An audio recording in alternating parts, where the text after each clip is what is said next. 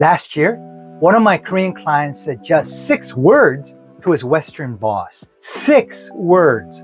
The next day, he was removed from the project. Not because his English was wrong, but because it sounded rude. Today, I'll show you phrases that will save you from making that same mistake. If you're a non-native speaker, here's the truth. Your grammar isn't the problem. Your tone is.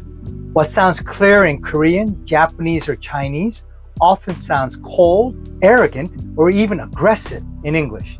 That's why meetings feel awkward, why emails get ignored, why promotions slip away. Today, I'll give you 8 power phrases to disagree with a native speaker without sounding rude. Welcome to English with Bruce. Don't forget to like, subscribe, and hit the notification bell because this lesson might save your job, reputation, or your next promotion. 1. Agree, redirect. Pattern. I completely understand, but redirection. Use it like this. I completely understand, but could we test it on a smaller scale first? I completely understand, but we may need more time to confirm the numbers.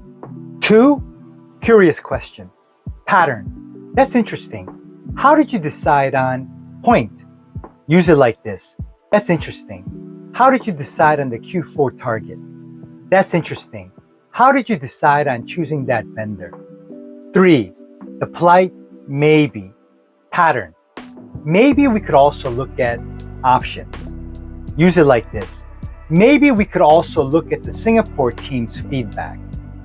Maybe we could also look at this plan and compare it with last quarter's results.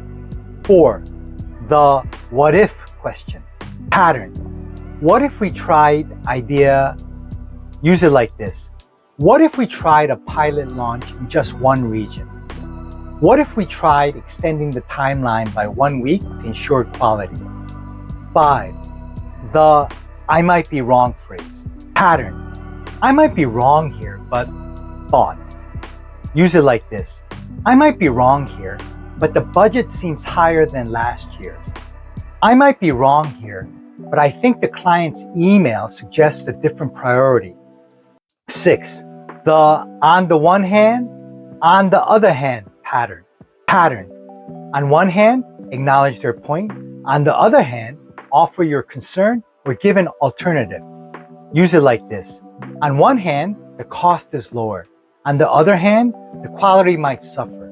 On one hand, the idea is creative. On the other hand, it may not align with company policy. 7. The strong idea plus another point. Pattern. That's a strong idea. Another point is point. Use it like this. That's a strong idea.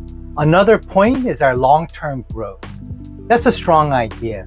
Another point is customer satisfaction, not just cost. 8. Let's explore. Pattern. Let's explore solution together. Use it like this. Let's explore both digital and in-person campaigns together. Let's explore what works for both the sales and operations teams together. These 8 patterns are your shield against sounding rude. They turn conflict into collaboration and tension into trust. Use them in your next meeting, and you'll see the difference immediately.